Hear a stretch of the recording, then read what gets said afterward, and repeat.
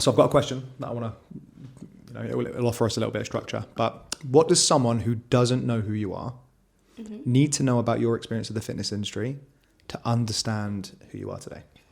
Oh, okay. Where to start? Where to start? So I guess we'll start in terms of, I started in fitness probably in my third year of university. And it's mainly because I put on a load of weight from drinking alcohol and eating too much. And I actually wanted to be a personal trainer from then. But I ended up going into police using my criminology degree. How did you know you wanted to be a PT though? Like what at that time, like what was telling you be a PT? Probably Instagram. Yeah. which to be fair, going into that, I probably would have become, if I'd gone to be a PT at that time, I probably would have become a PT for all the wrong reasons. Okay. It's very aesthetic focused. At that time. On Instagram, it wasn't real life. No. It's really unrealistic. I didn't know anything. I was just going based off Instagram workouts, and that's obviously a very unregulated part of social media and the industry as well. What year was anyone can put up fitness videos, right? Yeah. And what year was that? 2015. So around then, it was kind of when Instagram started popping off anyway. Yeah, that's when influencers was Kind of started. Yeah, so like YouTube was really kicking off. That's it. Not to call out specific companies, but I remember at that time as well, it was like Gymshark was starting to pop off, and their like social media influencers were all like ripped to shreds. Yeah, the big bum. Yeah, the big was bum. a huge thing at the time as well. Yeah. But yeah, so then I just didn't. When I graduated, I then worked at the leisure centre, which you actually worked at the same time. That's where we met. First time. And I thought I'd kind of, the leisure centre was probably a terrible place to start, but just put myself in the industry, I guess. But I hated it there. Yeah. And then I ended up getting a job with the police, and I stayed there for 8 years. But the whole time, and even everyone who I worked with knew I was into fitness and all that stuff. And to be fair, the fitness that I was doing was very HIIT circuits. Yeah. I wasn't into strength training at the time. I really liked at the time that Kayla Itzin. Oh yeah. Itzin? Yeah. The Australian girl. Yeah. And yeah, so I was like a cardio bunny. Yeah. All I did was cardio, and all I focused on was kind of exercise as a punishment of like how many calories can you burn to lose weight. That was my focus to start with. And then in 2018, 2019, I got introduced to strength training, and it was actually a small group personal training.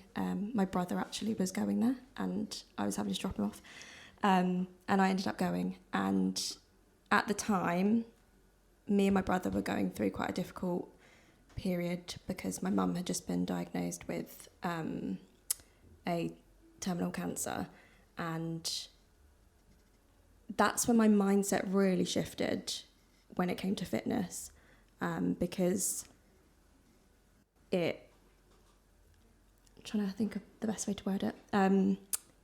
Instead of focusing on exercise as a punishment, it actually became the thing that really, really helped me through a very difficult time. And I went, my voice is going. And that hour a day when no one else knew what was going on apart from my brother, that was a time where I didn't have to worry about everything that was going on at home, especially because I lived with my parents at the time, so I saw everything that was going on. But that was definitely a mindset shift, and ever since then I have not actually focused on the aesthetics. It's always been probably a mental health thing for me. And then, however, during this period I then developed health anxiety, which took over my life quite literally. And when we first met, I was probably at my worst with my health anxiety. Yeah, for sure. So like when you kind of went from the leisure centre where you kind of like thought of it as a career going into just going into the place to train. Mm-hmm. Was there, so obviously strength training then became a bit more of a prominent factor, so changing from HIIT to then. Mm-hmm. And you were saying as well, like how it was giving you a bit more freedom and it was giving you a bit more, like kind of that was the space in which you could explore. Yeah. What, is there a specific moment that comes to your mind where you think, okay, well that's where my mindset started to shift, or was it kind of like a transition that took a load of time, that you just went from thinking of it in terms of like, okay, you know, I have to do this for the calories, into I'm doing it for score? Or was it literally just that, like you said, that moment there? Probably when I started strength training. Yeah. Because then also I think I started to get a bit of education as well, of how to fuel your body as well. But I love the feeling of being strong. Yeah. And of lifting. I think we've said that before. I never got that feeling. Yeah. And it's one of those things, like, not everyone's going to love strength training. Like, my best friend does ultra marathons, and I couldn't think of anything worse. So I just felt like I found my thing and I fell in love with it. Mm-hmm. But with that came that mindset shift. Yeah. But also because of what I was going through, Yeah. I think it just became the thing that I really, really needed Mm-hmm. at the time. So I remember we've got a photo. There's a photo that we took, and I think you've shown a couple of people since, haven't we? About where you were at that point in terms of like physically how you looked, and then, if you don't mind talking about it, in terms of physically how you looked and how you felt versus how you look and how you feel now, and the difference is drastic. Yeah, we'll insert a photo. We'll insert a photo. Or the photo. Okay. Yeah, when I look at that photo, I just want to give past me a big hug, Yeah. because I know exactly how I felt at that time. Yeah. And with my health anxiety, I still exercised quite a lot, but it was nutrition for me. Mm-hmm. And I became extremely obsessed with what I was eating, in the sense of it had to be healthy. Yeah. I couldn't, and I used to cut out so many things. I couldn't, like sugar or carbs, or, I even went vegan for 4 years, because at the time it was, if you go vegan, you'll never get cancer. Yeah. And for someone with health anxiety, I'm like the target audience.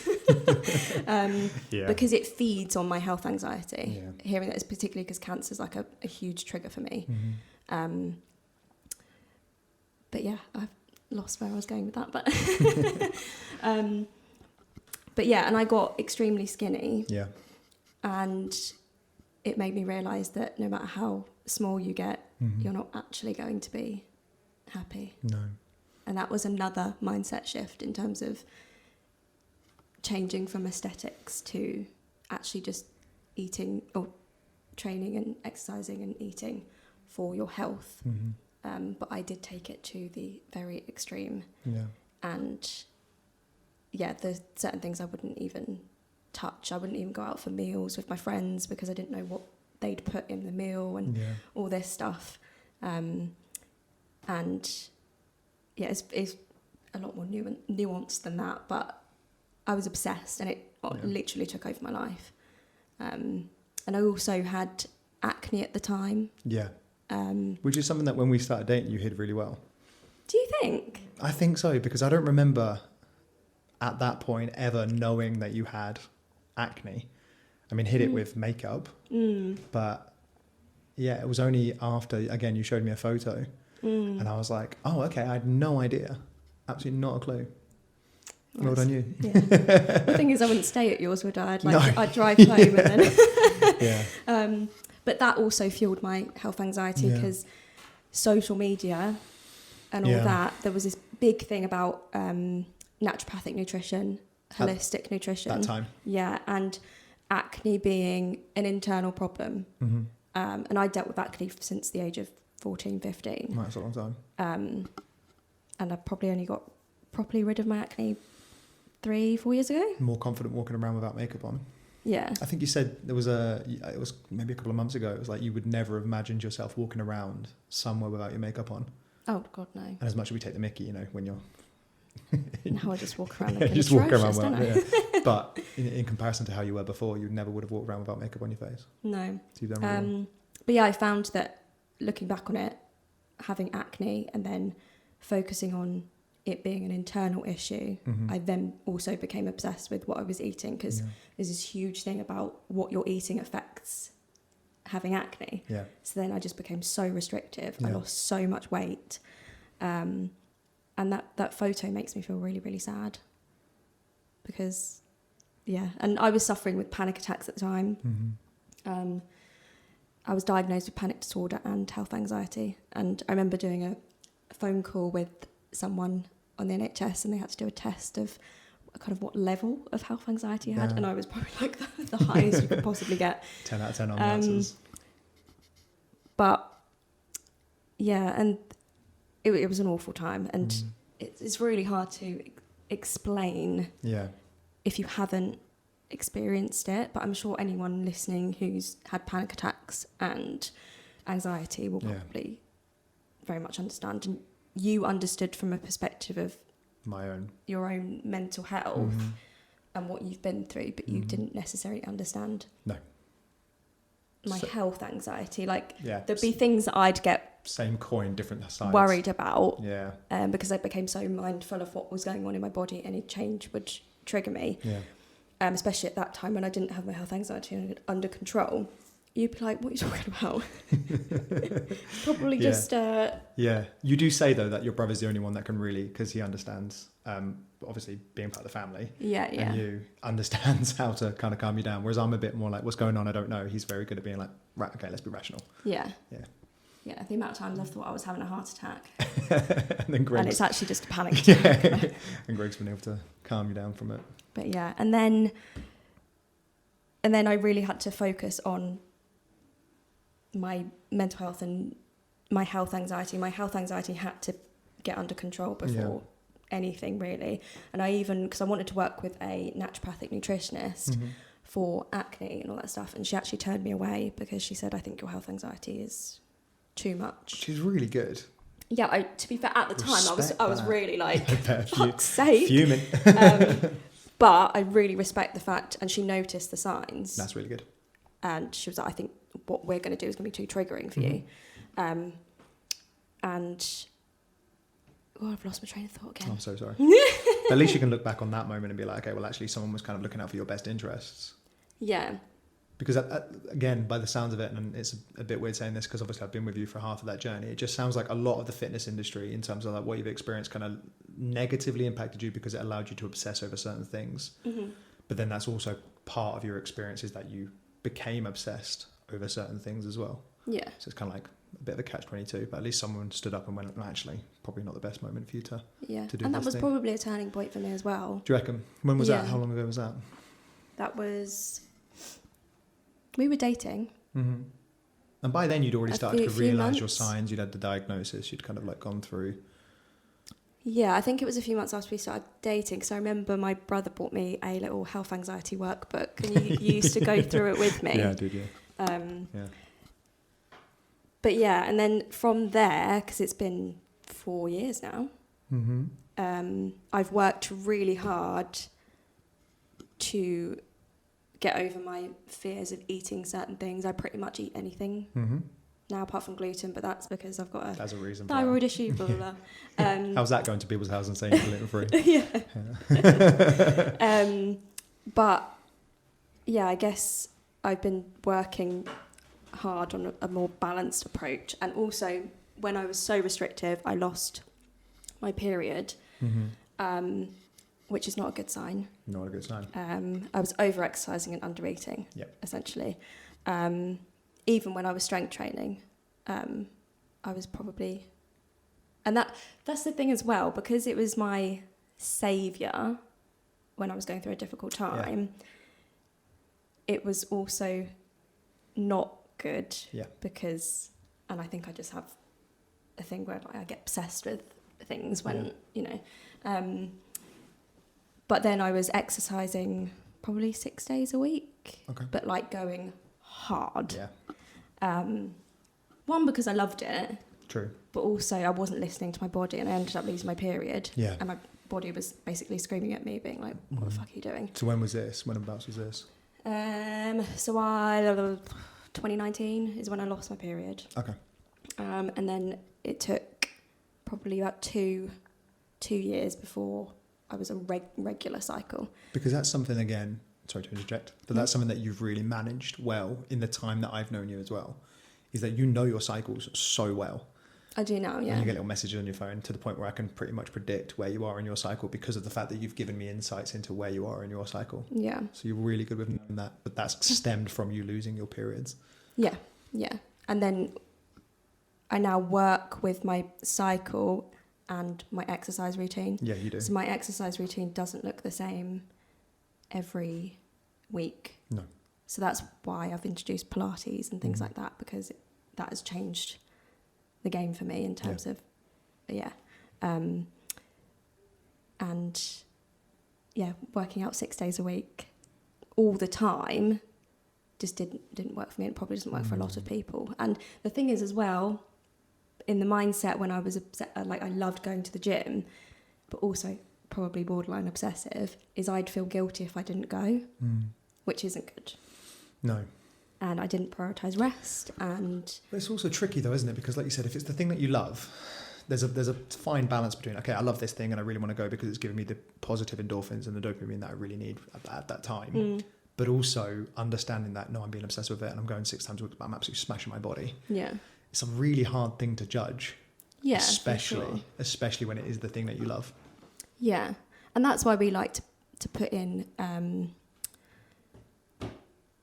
not rest weeks. Go on. Oh my God, this. what's it You've called? got this. Oh, no, it slipped my mind.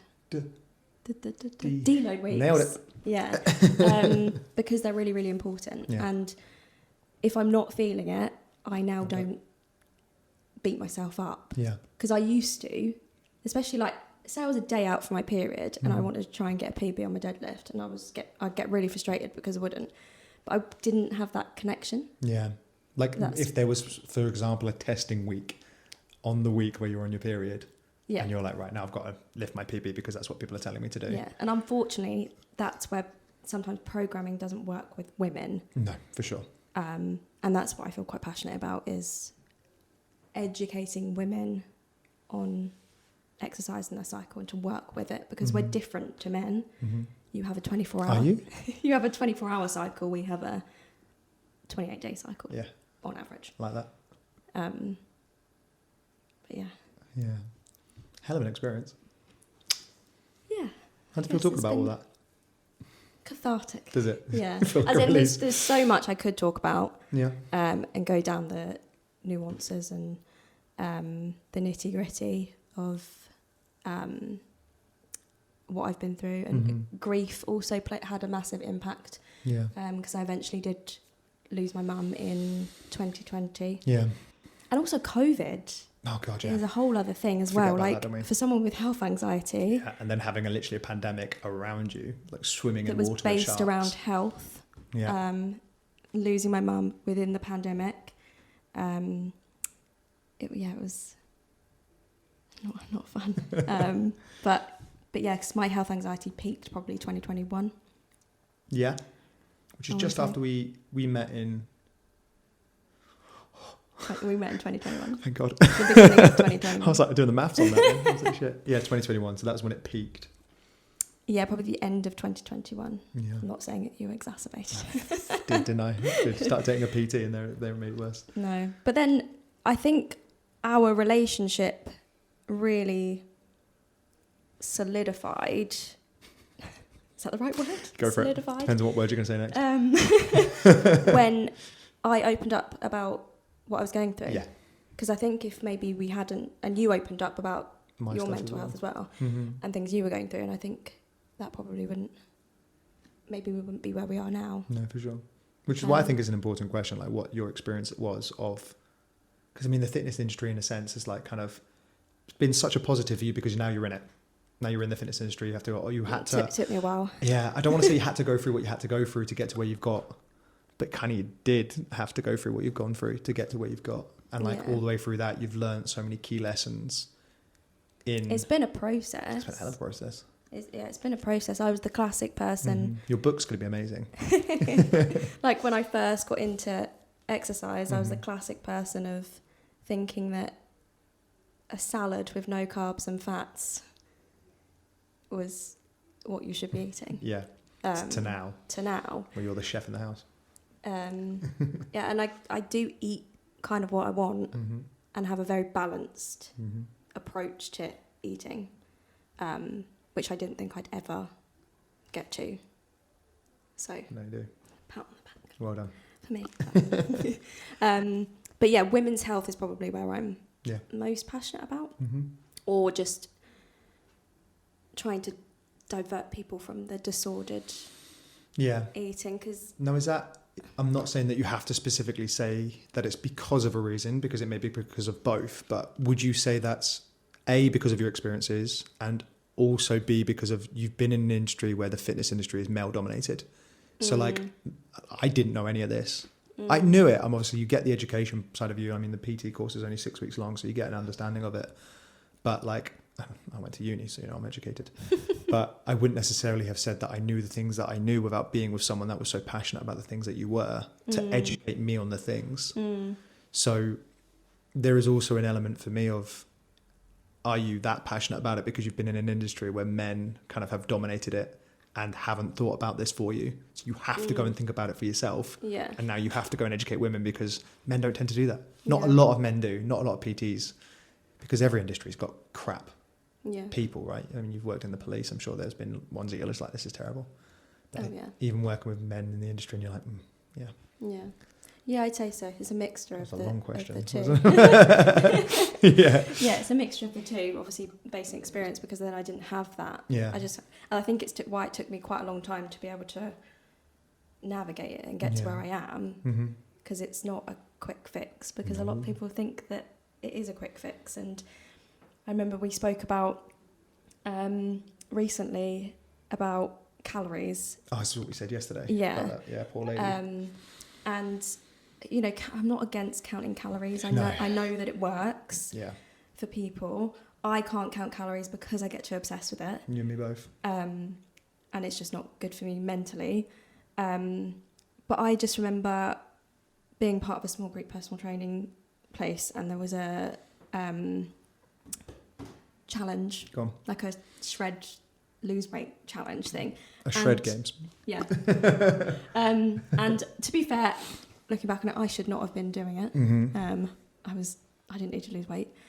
I actually wanted to gain muscle, but Mm-hmm. it was the only thing they were offering at the time to be able to get to speak to a coach to get advice in Yeah. terms and we were in a WhatsApp group, and it was a 4-week challenge. I don't know what happened to my voice then. It was a 4-week challenge, and in the first week, this woman put in the group chat that she hadn't had any changes, and she dropped her calories down to 900 calories a day. Yeah. And that never sat right with me, Yeah. Wow. ever. Mm-hmm. And I think that's quite dangerous. Yeah. I don't know if someone spoke to her privately. Well, this is what we said. With all due Okay, respect, the coach yeah. that was probably in charge at the time probably would have said something about it. Yeah. But to get to a position where you're thinking in your head, it's the calories that matter because I'm part of the games and I need to win. Yeah. It's awful. Yeah. I need to win this thing, so I'm going to drop my calories right the way down because I'm not losing as much weight as I need to win a challenge. Yeah. And people don't have realistic expectations of, No. like, I think people think, oh, I'm going to do this, I'm going to be really good for 4 weeks and Yeah. end up looking like Megan Fox. If only. It's just not going to happen. No. And people focus on the aesthetics so much as well. Yeah, they do. Which I don't think there's anything wrong with wanting to feel and look better. Mm-hmm. But I don't think it should be the main driver. No. Would you agree? I would agree. It's just tough though, isn't it? It is so again, hard. Well, it is because Especially with social media and that's exactly what you're all saying. that stuff. And Yeah, it's really tough because it's people's. This is why we both agree that everybody's subjective. You have to approach this from such a subjective point of view, and it's really hard to say to someone, because this is the other thing as well, is you've had the experience of the thing, therefore you get to talk about it. yeah. If someone hasn't had the experience of cutting their calories right the way down and seeing the negative impact of it, they're not going to learn the lessons from it, so they're just going to keep on doing it. And even if I said to them, right, don't do it, they're still going to do the thing. Yeah. It's like, you have to fall off a horse to know what falling off a horse feels like. So again, it goes back to, you have to go through really kind of tough experiences to come out the other side and be like, okay, well, I've had this happen to me and now I know what the answers are. And I also understand that I've never actually been overweight.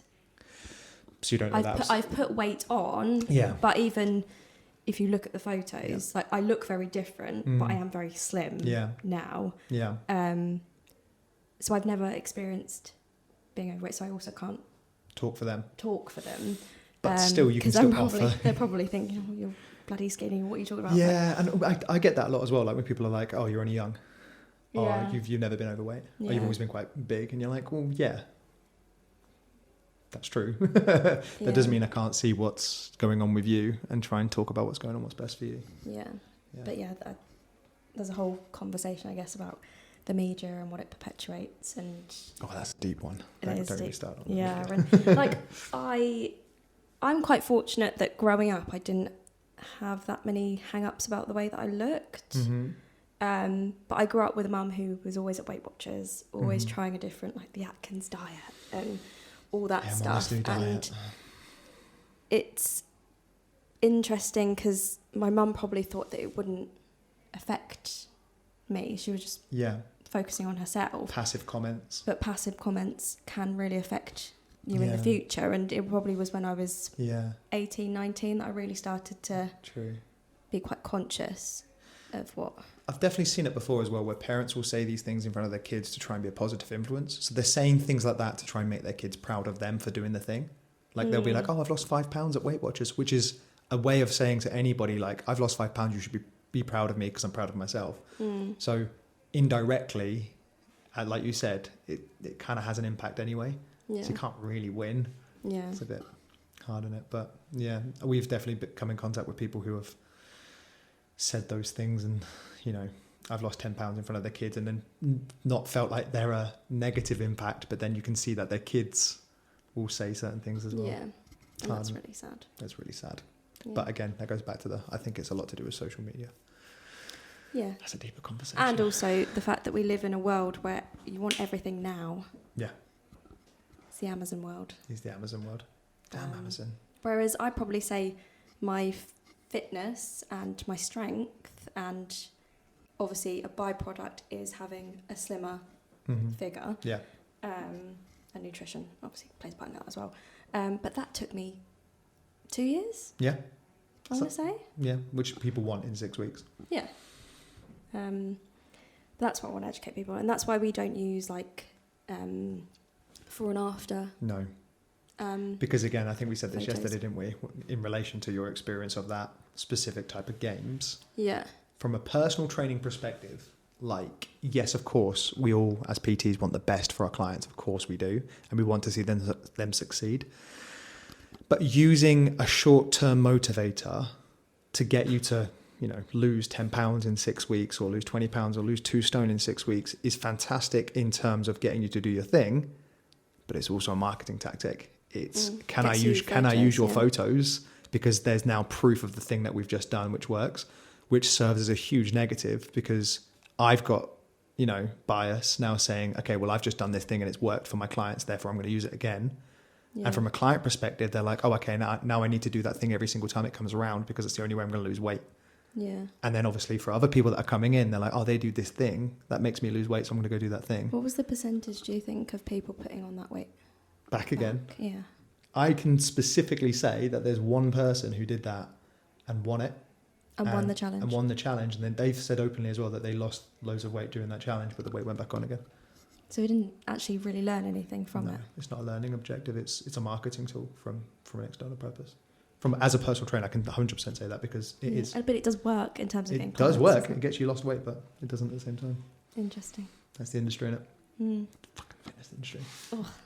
Okay, so what's next? What's next for Emily Hansen? What have you got coming up? What are we doing? So I am nearing on qualifying to be a personal trainer. God, no. Sorry. Cheers. That's not what I meant. A Pilates instructor. Yes, you are. Who knows whether I'll do a PT course though in the future? You still said it so many times. But I think what you're getting After 10 now, years. looking as a personal trainer at your qualification that you're getting, there is not much difference. Your anatomy and physiology is probably more in depth, I think, than the average PT course. And all the things that you're learning are just a different side of the coin. That's all it is. Yeah. It's just a complete different side of the coin. So you're getting the education that you need, but you're just doing it a different way. Yeah. But the same thing, like, would I want you to be a personal trainer? Like, why would you want to come on this side of the fence when you're already on that side of the fence? Is my opinion. Yeah. But yeah, and I've got lots of ideas of what I want to do in terms of classes. I want to obviously provide beginner classes for people, but I want a nice, tough class as well. And if you'd done my Christmas challenge, I had a lot of feedback that it was actually really tough. Yeah. when you came into the gym the other day and there was one specific person who was like, oh, fuck. It's not a Pilates session, is it? Yeah. But yeah, and then I want to put on like events, like Pilates, like wellness events that have Pilates in there, like maybe like sound baths and a bit more holistic type of events that we can do. Yeah. That'll be really exciting. That'll be really exciting. But yeah, so first just got to qualify. Get your qualification, girl. When? And then we got time. I know we don't like setting dates and being like, right, you have to work to this specific time, but March. Next month, yeah. Cool. Yeah. So yeah. Any other questions? Thank you for joining us. Thanks. How was that? Cathartic? Yeah. Good. I'm glad.